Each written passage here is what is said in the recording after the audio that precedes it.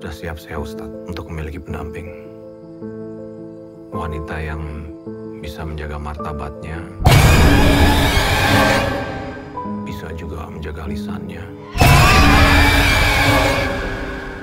Dan tentu bisa bersedia untuk mendampingi saya.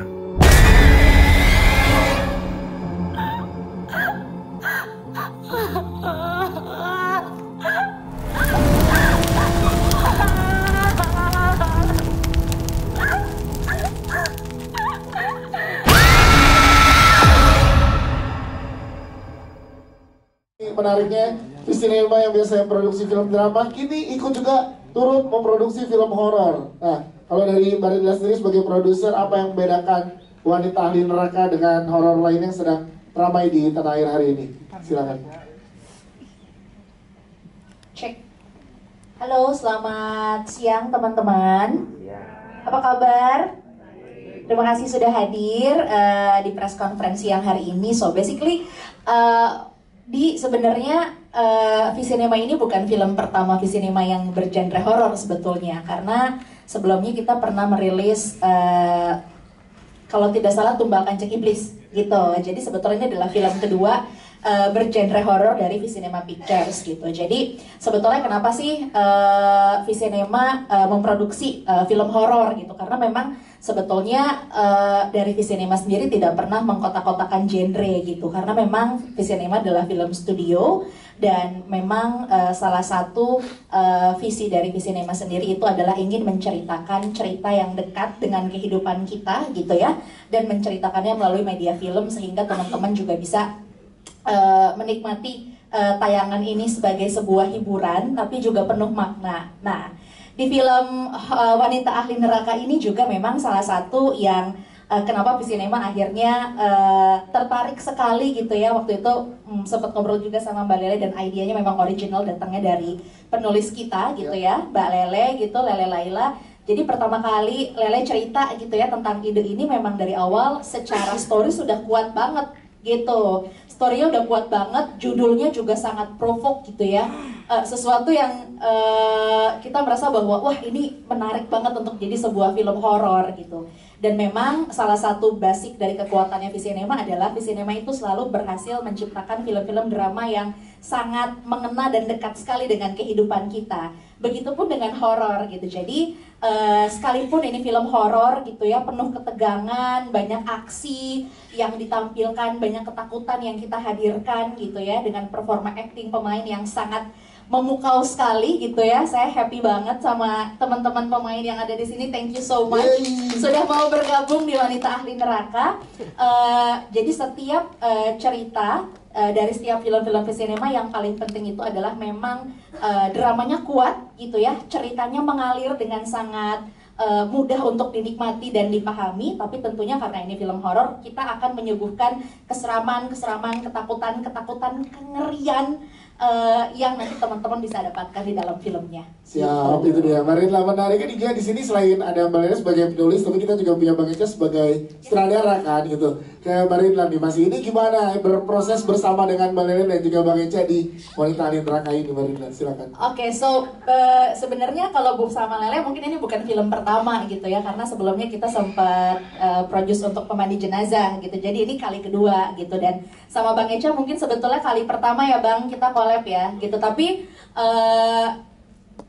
aku sendiri sebagai produser merasa sangat beruntung gitu ya, dipertemukan dengan teman-teman yang sangat passionate di bidangnya gitu ya. Dengan kesulitan apapun kita selalu berhasil bisa mendiskusikan dan mencari jalan keluar, memberikan value terbaik gitu ya untuk filmnya gitu. Jadi ini sebuah pengalaman yang menurut aku sangat berharga buat aku dan menyenangkan sekali bisa kerja bareng Lele lagi gitu ya, dengan penulis yang menurut aku Lele sangat-sangat smart sebagai penulis, idenya nggak pernah habis gitu ya, dan bekerja dengan Lele tuh seperti mungkin karena kita juga berteman ya, jadi sangat nyaman sekali untuk mengutarakan banyak hal gitu tanpa ada batasan gitu ya. Sama Lele bisa explore banyak hal gitu. Jadi dan Lele juga sangat seorang penulis yang sangat akomodatif gitu ya terhadap kebutuhan baik itu cerita maupun produksi.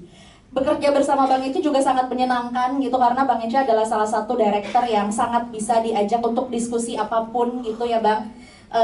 Dari mulai penulisan, syuting sampai dengan kita masih dalam tahap post gitu sekarang. Menyenangkan sekali bekerja dengan Bang Echa karena Bang Echa sangat open minded gitu ya, berani mengeksplor gitu, dan Bang Echa juga selalu meyakinkan, Rit, kita pengen bikin cerita yang secara story strong. Terus pemain-pemain kita juga bisa mendeliver gitu ya, karakternya masing-masing. Nah disitulah sebetulnya kekuatan dari Bang Echa. Ya, tepuk tangan untuk Mbak Rinla. Terima kasih Mbak Rinla. Tadi kita ngobrol lagi dengan pertanyaan dari teman-teman media, tapi kita kembali sebagai penulis yang pengen kita tahu, yang boleh di-share juga ke teman-teman media, apa yang menginspirasi seorang Lele Laila untuk menulis skenario dan juga dapat ide wanita ahli neraka ini, Mbak Lele, silakan. Assalamualaikum warahmatullahi wabarakatuh. Waalaikumsalam. Selamat siang teman-teman, apa kabar? Semoga bosan ya. Bismillah, jadi itu tuh pertama, jadi sebenarnya udah sempet ada di otak aku beberapa kali gitu, karena setiap scroll TikTok, sosial media gitu ada beberapa konten yang kemudian aku menemukan konten-konten yang kayak banyak loh, lebih banyak wanita yang di neraka dibandingkan laki-laki gitu. Terus habis itu ada satu hadis kan, kenapa ditanya ya Rasulullah, kenapa lebih banyak wanita di neraka dibandingkan laki-laki? Karena kekufurannya terhadap suami gitu. Nah, tapi di saat yang bersamaan, konten itu bersamaan dengan konten lain juga, di mana ada banyak perempuan yang tidak berdaya di dalam rumah, di mana ada kekerasan dalam rumah tangga di situ gitu, atau kayak bertemu dengan laki-laki yang salah di kehidupannya. Terus aku bertanya, ya Allah, sebenarnya gimana kalau misalnya saya niat, dan perempuan-perempuan lain itu saya yakin sekali niat menikah adalah kemudian untuk surga, mendapatkan surga dan menghindari neraka itu, tapi gimana kalau kita ketemu sama penghuni neraka yang kita nikahin gitu. Jadi kayak gimana kalau kita bertemu sama seseorang yang menyeramkan. Nah dari situlah ide wanita ahli neraka dimulai gitu. Jadi kayak di situ terus aku mikir, kayak aku baca lagi tentang wanita ahli neraka, terus aku tanya sama orang tua aku, sama bapakku, Abi kenapa disebutnya ahli gitu. Terus bapakku menjelaskan bahwa ahli itu kan ahlul kan, ada Ustadz Alfi, nanti kalau salah boleh Karena kayak kita di sini ada Ustadz Alfi. ya ada Ustadz Alfi, jadi kalau salah boleh ini. Jadi kayak ahli itu kan penghuni gitu kan, makanya kenapa disebut wanita ahli neraka, karena wanita penghuni neraka. Tapi so aku bilang kayak, tapi kan ahli juga bisa dibilang kayak misalnya oh dia ahli terhadap bidang A gitu, ahli kan juga bisa kompeten gitu kan. Terus bapakku ngomong yang nanti ada di salah satu dialog kan, dia bilang kalau gitu terserah Teteh, manggil aku Teh, kalau gitu terserah Teteh lah, kamu mau jadi jagoan yang bisa menghadapi neraka atau mau jadi penghuni neraka. Nah dari situ, abis itu wow. Paling yang diangkat beberapa kali juga, dan isu utama yang tadi Mbak Lele yang sempat bilang di sini adalah kekuatan perempuan yang ingin ditujukan juga. Nah, gimana seorang Mbak Lele ingin audiens merespon dengan tema ini? Apa ada pesan khusus yang mau disampaikan untuk perjalanan karakternya yang nanti diperankan di Wanita Ahli Neraka ini, Mbak Lele? Silakan. Akhirnya kayak karena tadi yang perjalanan kita pengen itu, terus menciptakanlah aku dan bersama dibantu Bang Echa, dan itulah kita menciptakan karakter Farah gitu. Kita berharap ketika kita melihat karakter Farah, kita banyak perempuan-perempuan yang terinspirasi, atau setidaknya karena sulit sekali, ini juga aku bilang bahwa ini adalah film yang aku persembahkan buat banyak teman-temanku, buat saudara-saudaraku, para perempuan yang aku kan gak mungkin bilang kayak Allah tuh suka loh kita melawan kebatilan gitu, karena aku gak mungkin kayak bilang gitu, dan apalagi mediumku adalah bercerita gitu. Jadi kayak aku berharap ada banyak perempuan-perempuan yang kita tanpa perlu kita judge apa yang dialaminya selama di rumah tangga, tapi ketika melihat Farah kita tahu bahwa kita nggak apa-apa loh untuk kemudian pasti Allah pun tahu bahwa kita boleh melawan ketika ini adalah sesuatu yang salah. Oke, siap. Tepuk tangan untuk Mbak Lele Laila. Terima kasih Mbak Lele. Kita ke sutradara kita Bang Echa. Bang Echa, jadi boleh dijelaskan ke teman-teman media, film Wanita Ahli Neraka ini berarti akan bercerita tentang apa? Konflik-konflik apa nanti akan ditemukan, Bang Echa? Silakan. Assalamualaikum warahmatullahi wabarakatuh. Mungkin sedikit alat ya. Ini film ketiga Visinema yang nafaskan horor. Iya. Soalnya bisa ada ininya, ada aktornya di sini. Soalnya itu film pertamanya. Oh iya. Untung dia nggak. Wah, ya. Kenapa ingatnya cuma Ya, jadi tadi pertanyaan apa ya? Yes, ini kalau boleh diceritakan berarti nanti kita akan ketemu dengan wanita ahli neraka ini, ceritanya tentang apa dan konflik-konflik apa sih yang akan kita temukan di dalam film ini, Bang Ica? Pertanyaannya agak susah. Sebenarnya gini, ini saya mau coba, saya tertarik sama ceritanya Lele. Waktu itu Lele sempat datang akhir tahun, pertengahan tahun lalu mau bikin cerita horor. Wah, menarik. Terus original. Ini ngomongin soal ya umum lah, sesuatu yang umum yang bisa kita bisa angkat, sesuatu yang emang sering kita pertanyakan, yang seperti Lele barusan bilang, kenapa ada seperti apa ya, apa Le? Ya maksudnya banyak perempuan masuk neraka. Apa sih yang bikin perempuan masuk neraka? Apa kekurangan pada suami kah atau apa? Itu yang mau saya coba ulik di cerita ini, bareng Lele, bareng Ridla, bareng kawan-kawan yang juga yang ada di sinema. Kita punya script lab di dalam itu. Akhirnya kita bisa nemuin tempat cerita yang bisa kita bawa sekarang ini, yang bisa istilahnya membumi untuk kita bisa pahami bareng ceritanya. Itu sih. Yes. Ribet ya Pak jawaban gue. Enggak dong, aman Bang Eca. Tapi kalau untuk Bang Eca sendiri ada alasan tersendiri kan? Untuk Bang Eca kan ini horor pertama ya Bang Eca sebagai sutradara. Ini apa yang buat Bang Eca yakin untuk oke, mau deh ikut barengan di Wanita Ahli Neraka ini sebagai sutradara? Silakan. Betul, ini horor pertama saya, tapi secara nggak langsung ini ada cerita, ini tetap masih bisa dibilang kemasannya horor, tapi emang ada dramanya di karakter utama, di karakter-karakter antagonisnya juga, semua memiliki motivasi-motivasi yang sehingga buat saya tuh secara nggak langsung tertantang bahwa ini manusiawi. Karena buat saya mau horor kayak mau apa juga, manusiawinya itu yang harus saya angkat. Itu sebenarnya yang saya pingin akhirnya why not horror. Di sebelah kanannya Bang Eca kan ada jajaran cast yang luar biasa nih Bang Eca. Ini gimana Bang Eca saat berproses bersama dengan teman-teman cast? Silakan untuk memberikan treatment dan juga masuk ke dalam karakternya mereka masing-masing. Saya menjadi orang yang paling beruntung ya mendapatkan mereka ini semua. Karena secara nggak langsung kita berkolaborasi dengan maksimal dan menghasilkan karya ini. Dan ya itu sih kalau buat saya pengalamannya. Siap, terima kasih. Tepuk tangan untuk Bang Eca sebagai sutradara. Nanti silakan teman-teman media jika ada yang ingin bertanya ke Bang Eca. Tapi kita ke jajaran cast yang sudah hadir juga bersama dengan kita. Mungkin yang pertama kita ke Mbak Elma Tiana. Mbak Elma Tiana boleh dijelaskan sedikit karakternya sebagai siapa dan gimana? Silahkan. Ya, selamat siang, Assalamualaikum warahmatullahi wabarakatuh. Alhamdulillah ini film kedua saya di horor. Memang kalau di horor ini luar biasa ya, tantangannya juga berat gitu ya. Tapi memang segala sesuatu harus dicoba. Di sini saya berperan sebagai Umi Hanung, di mana saya sebagai istri dari Ustadz Irfan.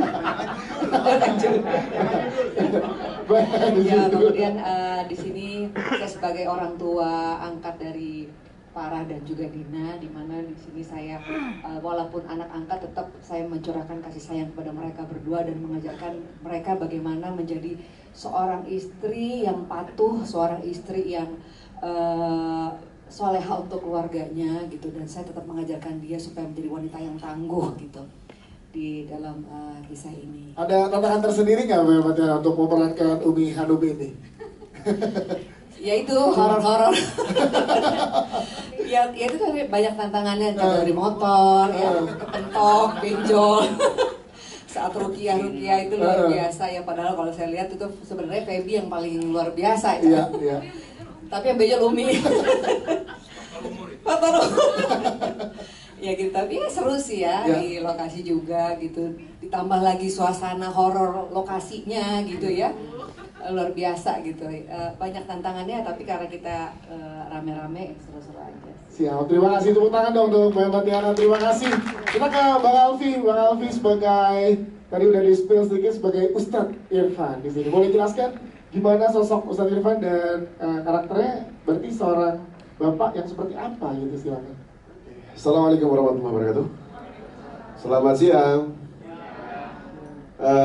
Saya berperan sebagai Ustadz Irfan, Ustadz yang memiliki pesantren dan bapak-bapak banget ya.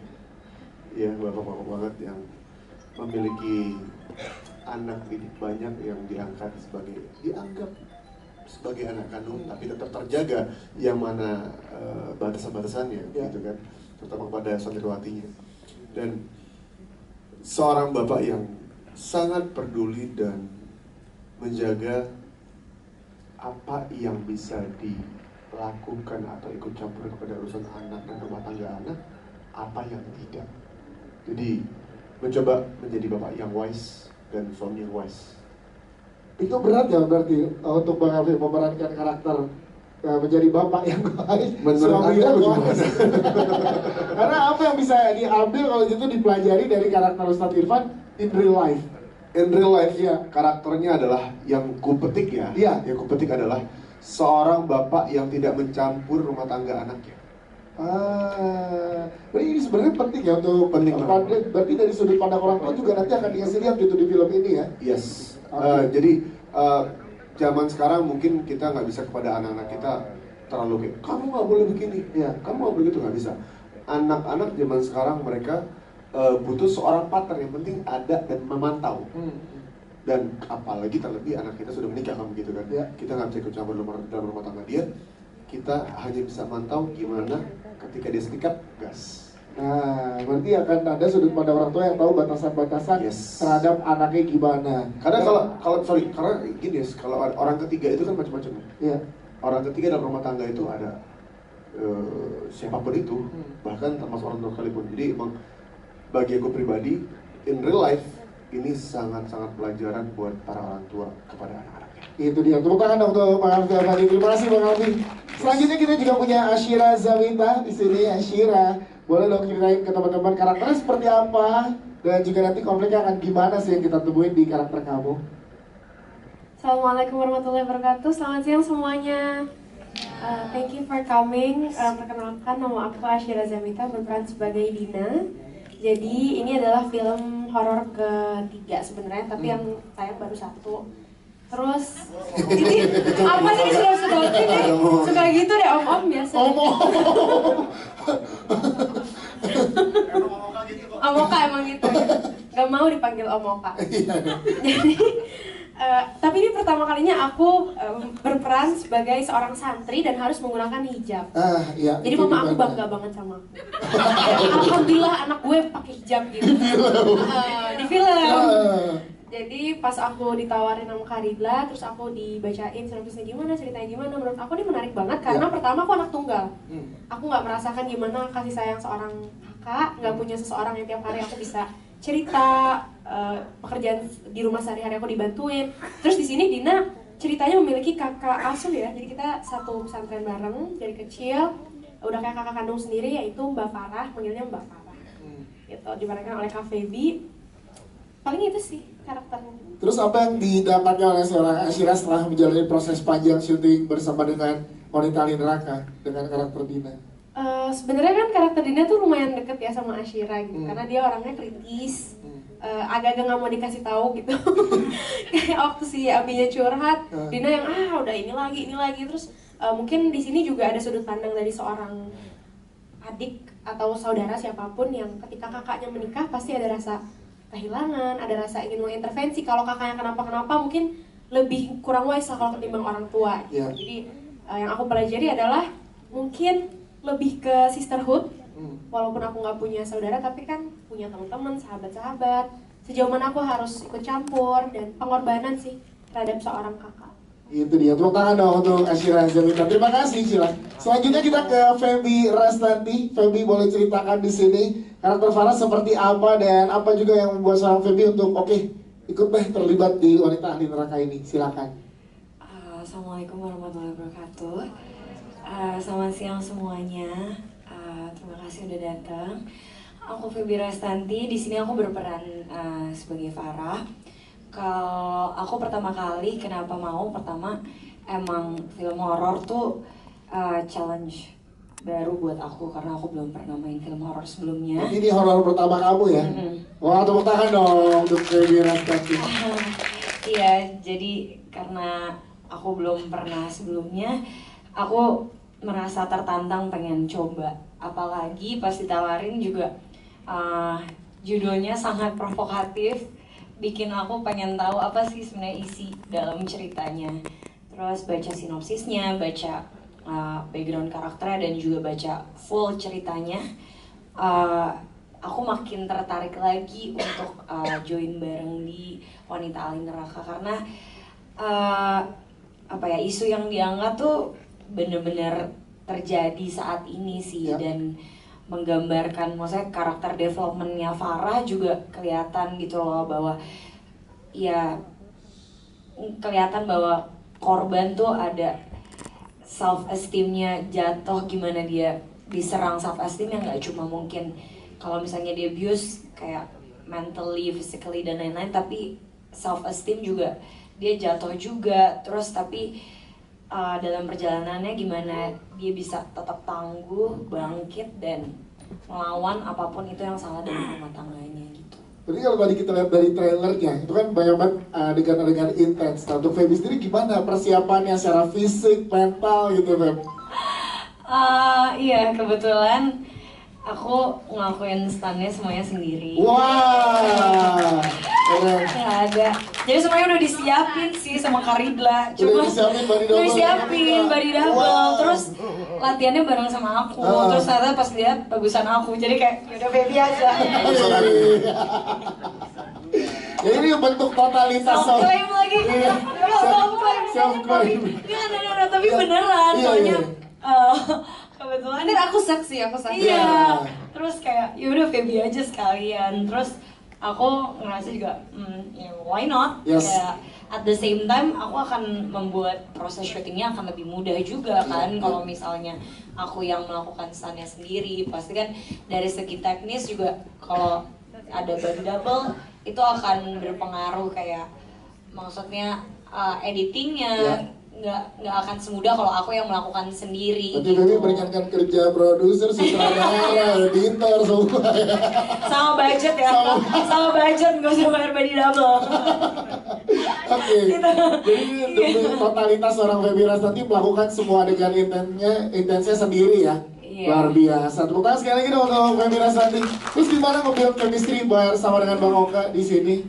Sebagai suami istri yang tadi kita Iya, jujur kan aku sendiri belum berumah tangga, jadi aku agak untungnya ceritanya kan di sini baru berumah tangga, jadinya untuk pendalaman karakter sebagai seorang istri tuh nggak yang harus gimana-gimana banget, karena emang Farahnya sendiri juga masih mencari gimana sih jadi istri yang baik seperti apa gitu.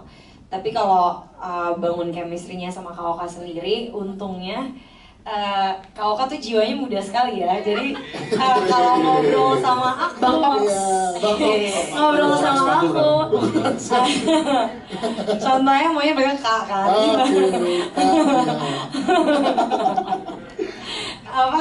Kalau ngobrol sama aku, ngobrol sama Cila, itu kita beneran masih nyambung banget. Berasa seumuran ya. Tapi maksudnya nggak gitu. Nggak, maksudnya kita bisa ketawa jokesnya maksudnya sama. Terus kayak bareng sama Kak Alfi, sama Umi Elma, kayak kita banyak bercanda-bercanda, banyak ketawa-ketawa di lokasi syuting. Jadi untuk bangun chemistry di depan kamera pun jadi lebih mudah gitu loh, karena di luarnya, maksudnya di belakang kamera kalau lagi nunggu kita tuh banyak ngobrol dan ketawa-ketawa. Yes, terima kasih Feby Rastanti penjelasannya. Kita geser ke Kak Oka kalau gitu. Kita akan Feby jadi wajib panggilnya Kak Oka. Bang Oka, ini gimana berperan sebagai wah seperti apa sih, karakter yang seperti apa yang boleh diceritakan ke teman-teman media suami idaman kah dari wanita-wanita yang akan nonton nanti? Silakan. Selamat siang semuanya, apa kabar? Ya, ini film horor yang mungkin udah ke berapa ya? Enggak, maksudnya kan genre lagi basah-basahnya, jadi mau nggak mau kan. Selain itu juga harus nabung. Enggak. Jadi curhat. emang bener. Jawaban aku tuh hampir mirip banget sama Baby. Judulnya sangat provokatif, Wanita Ahli Neraka. Pengen tahu isu yang pengen diangkat ke permukaan itu seperti apa. Pertama kali dapat tawaran ini ditelepon langsung sama Eca, dikasih unjuk premis, habis itu langsung dikirim skrip, dibaca. Itu yang ada di kepala aku. Yang pertama tuh, wow, ini benar-benar temanya sangat berbeda. Mungkin tadi buat teman-teman wartawan, kalau nonton di trailer itu kalimat-kalimat yang Wahab itu sebetulnya dia lagi ngomong sama siapa. Dia pingin wanita yang seperti A, dia pingin istri yang seperti itu. Dia lagi ngomong sama siapa sih? Sebenarnya Wahab itu yang bikin saya tertarik ya. Karakter ini adalah seseorang yang sedang menjalani proses pilkada. Oh, momennya luar biasa nih. Pasti. Bupati tuh. Seorang bupati, iya. Maaf, dia udah beda, itu beda. Bupati. Jadi yang bikin saya tertarik itu adalah pertama, belum pernah main karakter seperti itu yang sedang mengalami proses naik jadi bupati. Tapi ketika dia menginginkan seseorang mendamping, itu tujuannya apa? Adalah untuk mencukupi rasa haus batinnya dia, menyempurnakan agama, atau hanya sekedar image, ingin menunjukkan sempurnanya dia secara image di depan halayak banyak. Jadi banyak sekali layer-layer yang aku merasa tertantang banget untuk menunjukkan seperti apa sih karakter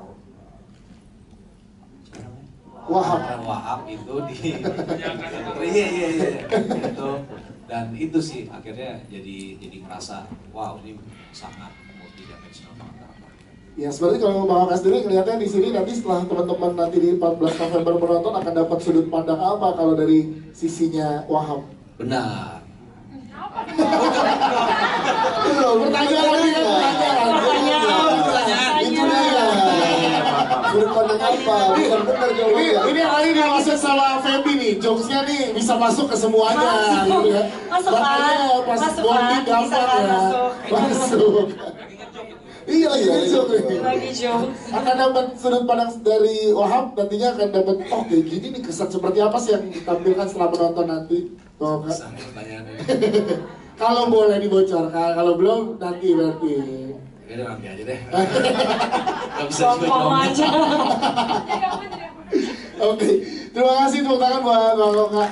Bang Lele, berarti ini dari segala sisi tercover ya Bang Lele, dari sisi anak, terus juga orang tua dan sudut pandang keluarga adik kakak. Boleh ditambahkan mungkin Bang Lele ini gimana dari semua sudut pandang di sisi keluarga, jadi ada semua ya? Iya, insya Allah ya. Jadi kayak salah satu yang menarik kolaborasi sama Bang Eca sama Ridla juga gitu. Aku dituntut untuk kayak kita nggak bisa cuma satu arah nih gitu. Maksudnya nggak bisa cuma satu sisi doang. Makanya kita kayak dari istri dan yang tadi kata Ustadz Alfi gitu, bahwa ketika sebuah pernikahan itu sebenarnya ini bukan cuma tentang seorang istri menjalankan kewajiban sama suami, tapi bagaimana ada keluarga loh, ada orang tua yang menyerahkan anaknya untuk bertanggung jawab terhadap suami, ada seorang adik yang kemudian merelakan kakaknya untuk bertanggung jawab sama suaminya gitu, dan ada seorang ibu, ada seorang ayah gitu. Jadi kita ngelihat hal-hal itu juga, dan lingkungan saat itu seperti apa sih gitu. Jadi kayaknya ini cukup sangat tertantang dan menarik bikin karakter-karakter ini sih. Oke, siap. Terima kasih JJRCast dan Filmmaker. Ajak kawan-kawan yang lain untuk nonton film ini yang dimulai tanggal 14 November. Terima kasih. Terima kasih. Ke Mbak Lele sebagai penulis, silakan.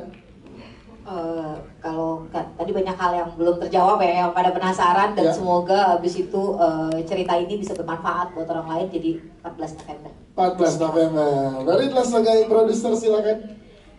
Teman-teman ketika nonton film ini pasti teman-teman akan punya banyak sekali isu-isu yang sebenarnya pengen kita bahas. Salah satunya adalah tentang pernikahan gitu. Jadi salah satu mungkin sebenarnya yang pengen kita juga utarakan ke teman-teman melalui film ini adalah sebelum memutuskan untuk menikah, pikirkan baik-baik gitu ya. pikirkan baik-baik dulu dan pastikan bahwa kita memang sudah mengenal calon pasangan kita. So buat teman-teman yang mau tahu tips and trik bagaimana cara memilih pasangan, salah satunya bisa menonton Wanita Ahli Neraka tanggal 14 November. Terima kasih. Ke para pemain kita punya challenge-nya adalah sebutkan 3 hal yang akan dirasakan setelah menonton Wanita Ahli Neraka menurut kalian. Asira Izamita dulu, silakan Cila.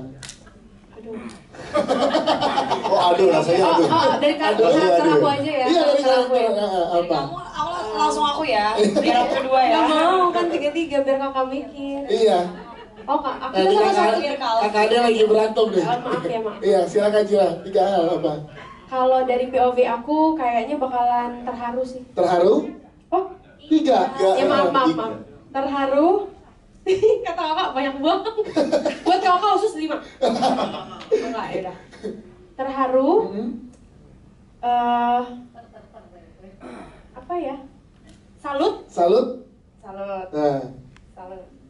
Satu lagi. Oh satu lagi. Satu lagi. Satu lagi. Tercerahkan. Wih. Masya Allah, tabarakallah. Masya Allah. Skena. Skena. Saya anak skena, semua karena Allah. Salami, 3 hal Salami. 3 hal. Ya. Bagi seorang Ustadz Irfan tersayat, kemudian bahagia, bangkit.